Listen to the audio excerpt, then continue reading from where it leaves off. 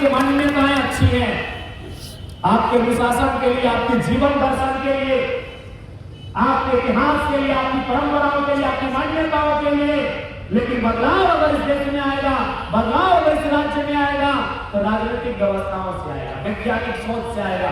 इसलिए राजनीतिक विषयों को जानने की आवश्यकता है, राजनीतिक विषयों को समझने की आवश्यकता है और उसमें शामिल होने की आवश्यकता है।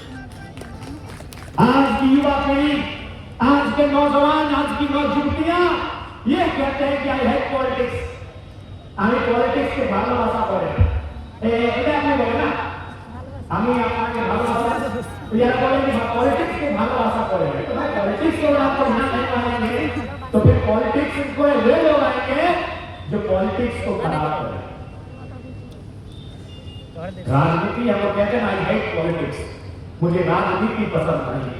तो अगर पढ़े लिखे नौजवान अगर राजनीति से भागेंगे, अगर वो यह करके सामना नहीं करेंगे कि मुझे राजनीति पसंद नहीं है, तो राजनीति में वे लोग आएंगे जो राजनीति को गंदा करेंगे।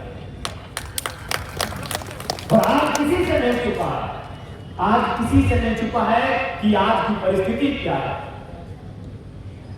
आज देश की सबसे बड़ी समस्या क्या है। आज अगर आपसे पूछा जाए कि देश की 5 सबसे बड़ी समस्या चुनकर लाइए और उसमें से नंबर एक पर रखिए देश की सबसे बड़ी समस्या क्या है, बताइए आप देश की सबसे बड़ी समस्या क्या है। इकोनॉमी का है। आप जितने लोग बैठे हैं, चाहे दुकानदार भाई हो, चाहे स्टूडियो वाले भैया हो, चाहे हमारे जो भी दुकानदार वाले भैया, टाउन होटल वाले भैया हो, चाहे श्याम फ्रंट हाउस वाले भैया हो, चाहे जयश्री कलेक्शन वाले भैया हो, जितने लोग आए हैं, जितने लोग सुन रहे हैं, जितने लोग इस देश में जी रहे हैं, साधुओं को छोड़कर, सन्यासियों को छोड़कर, महात्माओं को छोड़कर, सभी लोग इकोनॉमी के लिए जी रहे हैं। ये कड़ी सच्चाई है, इसको मानिए। यहाँ बैठा हर एक शख्स, ये जो बगल में वर्दी वाले पुलिस वाले भैया हैं, अगर इनको हम कह दें कि सरकार आपको वेतन नहीं देगी, ये ड्यूटी करेंगे? नहीं करेंगे। इन दुकानों में जो भाई भारी पोषण का काम कर रहे हैं, मालिक कह दे कि आपको वेतन नहीं देंगे, वो काम करेंगे? नहीं करेंगे। यानी एक आम व्यक्ति, चाहे आम व्यक्ति रहे चाहे खास व्यक्ति रहे, वो जीता है इकोनॉमी के लिए। और देश की सबसे बड़ी प्रॉब्लम है इकोनॉमी का क्या है। अब तो आंकड़े आपके सामने हैं कि हमारे देश के 1% अमीरों के पास इस देश के 50% ही पैसा था। सबसे बड़ी समस्या है आज इस देश की सबसे बड़ी समस्या है आर्थिक असमानता। यदि आर्थिक समानता होगी तो आधी समस्या ऐसे समाप्त हो जाएगी। वो किनके कारण है? किनके कारण है? राजनेताओं के कारण। किनके कारण है? ब्यूरोक्रेट्स के कारण। यदि आज अडानी साहब अवैध रूप से अपना वर्चस्व स्थापित कर रहे हैं तो अपने दम पर नहीं, राजनीतिक पार्टनर मोदी जी और उनके नेतृत्व में काम करने वाले ब्यूरोक्रेट्स के कारण। आप दुनिया के उद्योगपतियों के बारे में जानिए कि उन्होंने पैसा कैसे कमाया। मार्क जुकरबर्ग, क्योंकि सबसे ज्यादा उनको जानते हैं, दीदी भी जानती है उनको, क्योंकि मोबाइल में जो वीडियो इनका जाएगा वो फेसबुक में जाएगा। सबसे ज्यादा यहाँ जो लोग बैठे हैं वो किसको जानते हैं? Mark Zuckerberg. क्या काम है उनका? वो अमीर है। किस कारण है? उन्होंने एक सर्च किया है, उन्होंने एक प्रोजेक्ट तैयार किया है, उसका नाम है फेसबुक। लेकिन भारत में क्या करते हैं अडानी और अंबानी, है कोई रहे, वो हमारे पैसा को बैंक से लेके लोन लेके आते हैं। ना उनकी क्रिएटिविटी होती है, ना उनका दिमाग खर्च होता है, वो हमारा ही पैसा जो बैंक में है उसे लोन लेते हैं और अपने पॉलिटिकल मित्रों से पॉलिसी बनाते हैं और उन्हीं से हमारा जमीन भी लेते हैं। तो जब तक यहाँ का नौजवान ये समझेगा नहीं, सोचेगा नहीं, कैसे देश बदलेगा? न भजन करने से देश बदलेगा, न इबादत करने से देश बदलेगा। जब नौजवान सोचेगा और नौजवान जब सवाल करेगा तब देश बदलेगा। बिल गेट्स अगर दुनिया में धनी है तो माइक्रोसॉफ्ट के कारण है, हम उनको पूरा नहीं कह सकते हैं। लेकिन अडानी को अडानी का पहाड़ चाहिए ना, तो ये अंतर है दुनिया के बिजनेसमैन में और भारत के बिजनेसमैन में, ये अंतर है। वे लोग रिसर्च करके आगे बढ़ते हैं, वे लोग अपने माइंडसेट से आगे बढ़ते हैं, वे लोग कोई प्रोजेक्ट बनाते हैं, और ये लोग जनता का पैसा बैंक से लेते हैं और फिर जनता की जमीन भी लेते हैं। तो कैसे ये बदलेगा? ये तब बदलेगा जब जो लोग पॉलिटिक्स में हैं उन पे आप कंट्रोल करेंगे। बस कहने को है कि ये देश of the people, by the people, for the people, जनता को जनता के द्वारा है। केवल 5 साल में एक बार वोट देने के टाइम, केवल 5 साल में एक बार वोट देने के टाइम ये देश जनता के हाथों में होता है।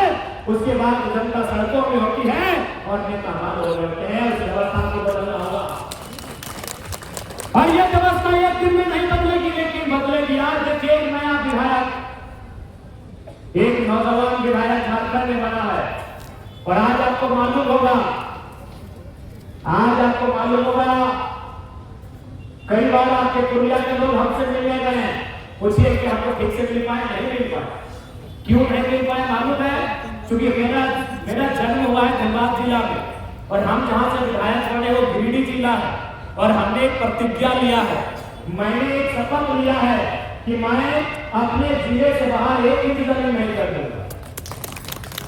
देश ऐसे नहीं बनता है, भाषणों से नहीं बनता है, देश एक विचार से बनता है और वो विचार आपके अंदर तभी आएगा जब सच में आपके अंदर निष्ठा है।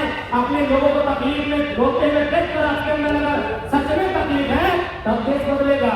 ये लोग भाषण देते हैं, भगत सिंह ने दिया था जो शहादत कोलंबर ने दिया था, उसी अनुपात में शहादत जंगल मान ने भी दिया। इसीलिए मैं कहता हूं कि हमें तसल्ली मिला कि हमारे पूर्वजों ने अगर लहू बहाया तो हमें झारखंड मिला, लेकिन आज जंगल महल के लोगों को मलाल होता है कि लहू तो हमारे पूर्वजों ने भी बहाया, लहू तो जंगल महल की वादियों ने भी बहाया था बेहतर झारखंड का पार्ट बनने के लिए, लेकिन आज उन्हें नसीब नहीं हो पाया। तो इसलिए आज वर्तमान की जो सरकार तृणमूल कांग्रेस के नेतृत्व में और फुटबॉल की मशहूर भले खेलती नहीं है लेकिन बार बार बोलती है खेला हवे, ममता दीदी के नेतृत्व में जो सरकार चल रही है उन्हें अब जंगल महल की बातों से आवाज की गूंज होगी और उन्हें जानने की आवश्यकता होगी कि आज जंगल महल जो कभी झारखंड बनने का हिस्सा ख्वाब देखा करता था, आज वो जंगल महल आपसे आंख मिलाकर आपके दशकों के कार्यकाल पर सवाल खड़ा करेगा कि आपने जो कार्य कलकत्ता के लिए किया, आपने जो कार्य कालीघाट के लिए किया, आपने जो कार्य हावड़ा हुगली के लिए किया, क्या आपने वो कार्य पुरुलिया के लिए किया है? ये सवाल जंगल महल के लोग करेंगे, ये सवाल पुरुलिया के लोग करेंगे। बिल्कुल, क्योंकि आपको हमने 10 दिन नहीं 10 साल से ज्यादा का समय दिया यहाँ के लोगों को।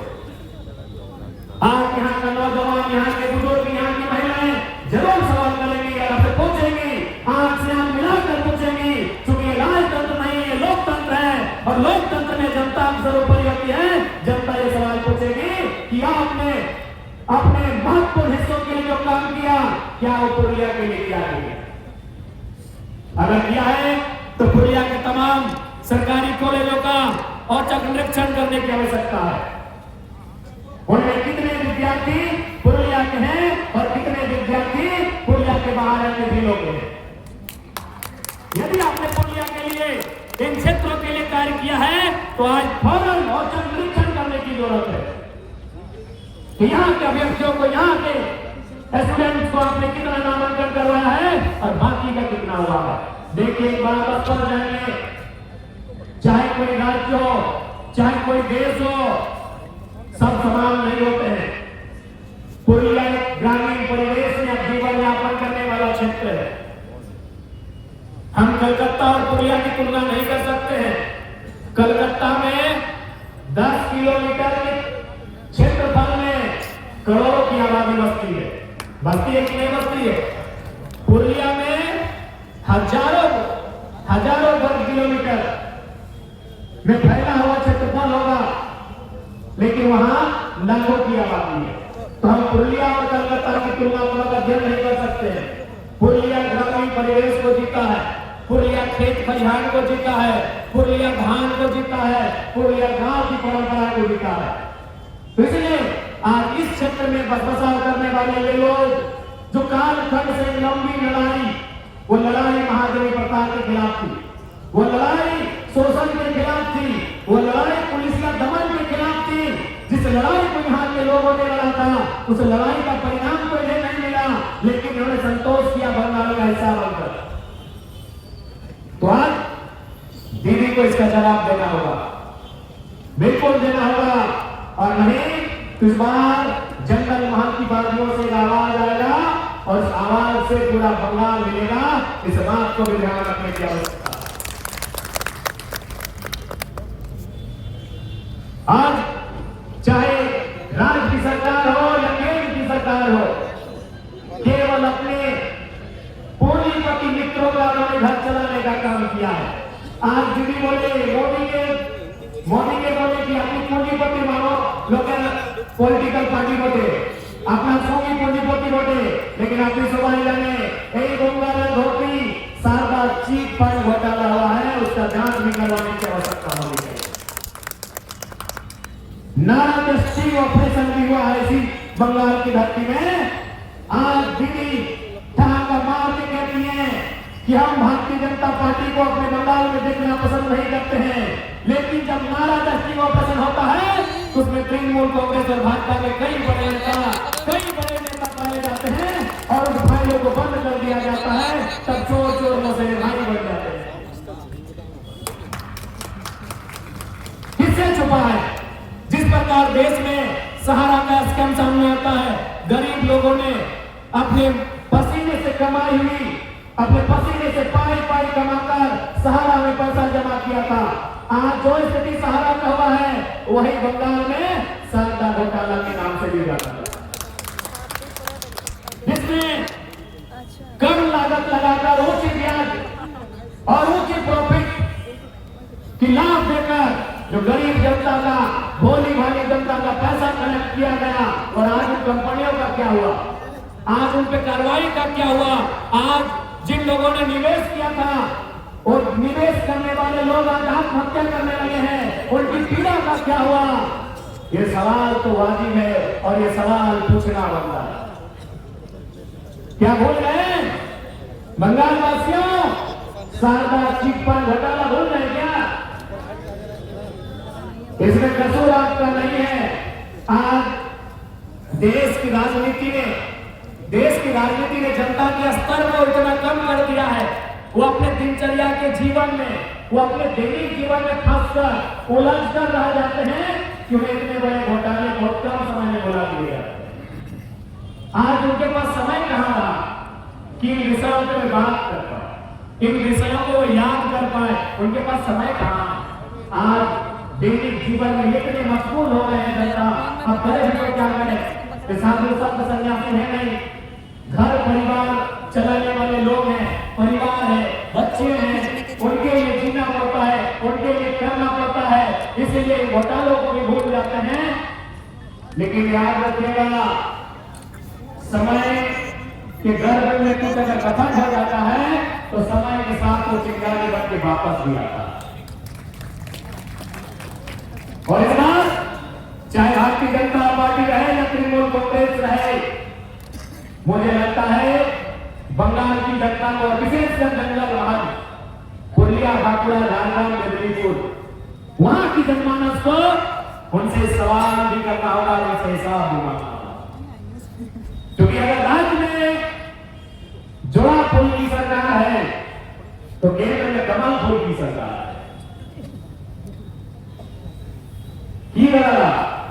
जोड़ा फूल ना, जोड़ा फूल की जोड़ा घास फूल। राज्य में अगर घास फूल की सरकार है तो केंद्र में कमल फूल की सरकार है, और बंगाल की लोगों ने दोनों सरकार को बनाया। राज्य की सरकार को लगभग 294 विधानसभा सीटों में से 200 सीट दिया है ना, कतो 200, और केंद्र की सरकार को लगभग 42 कितना सांसद आते हैं 42, 17 दिए ना 17, जिनमें यहां से कौन है? ज्योतिर्मय महतो। यानी आपने दिल्ली की सरकार को भी 17 एमपी भेजे हैं। किस लिए? फोटो खिंचाने के लिए? ये मोदी जी के भाषण केवल ठोकने के लिए क्या मोदी जी? यहाँ के मुद्दों को ले जाने के लिए, यहाँ की समस्याओं को ले जाने के लिए। आप देखिए, मैं बंगाल की तमाम जनता से कहूंगा, आप झारखंड विधानसभा का डिबेट, झारखंड विधानसभा का डिस्कशन देखिए। जब जयराम महतो खड़ा होता है तब कभी गड़बड़ की बात नहीं करते, सीधा मुद्दों की बात करते। हमने 4 सेशन में भाग लिया है। 4 सेशन में किसी भी कार्यक्रम को मेरा जाके देखिए, झारखंड विधानसभा के टीवी से निकालकर हमने ना कभी इधर की बात नहीं किया है, हमने सीधा झारखंड के मुद्दों की बात को किया। तो आज केंद्र को भी हमने, बंगाल के लोगों ने 17 एमपी दिया है, तो कह दिया है भाई, कह दिया है नहीं। हमारे बंगाल के बड़े बड़े कोयला का कमीशन लेते हैं, हमारे बालू का कमीशन लेते हैं क्या? बंगाल में कोयला नहीं है, कोयला सब झारखंड वाले हम लोग ले गए, गंगा बोकारो वाले कोयला ले गए। इसीलिए आप लोग को बोले थे कि अलग नहीं होना है, आप लोग अलग हो गए, समझेगा? तो क्या जिस प्रकार हमारे धनबाद के लीडर्स कोयला में कमीशन लेते हैं, क्या बंगाल वाले केवल बालू में कमीशन लेने के लिए और नहीं गया तो केंद्र की सरकार और राज्य की सरकार को चूंकि भारत में लोकतांत्रिक देश है और लोकतांत्रिक व्यवस्था कब करवा देगी ये कोई नहीं कह सकता।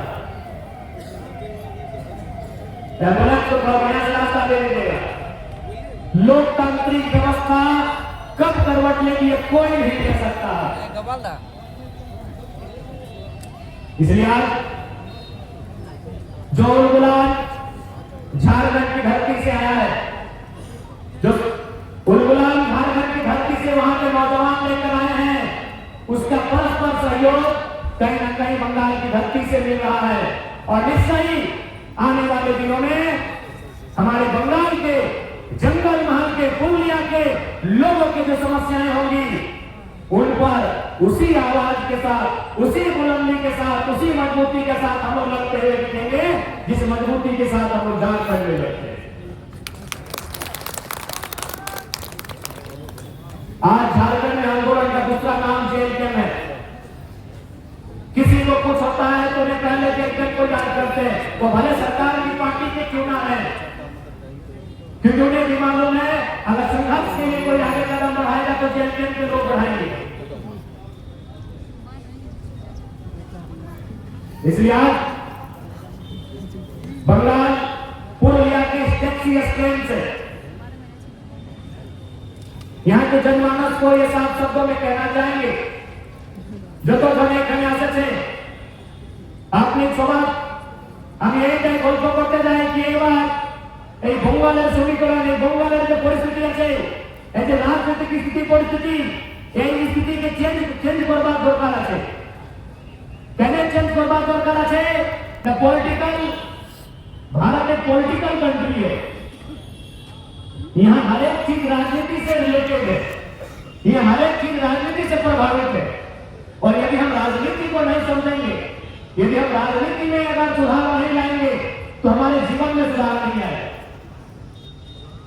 हम मानते हैं क्योंकि बंगाल एक कल्चरल आइडेंटिटी रखने वाला स्टेट है, हमारे जो लोग यहाँ पर इनकी विभिन्न प्रकार की मान्यताएं हैं, विभिन्न प्रकार की आस्थाएं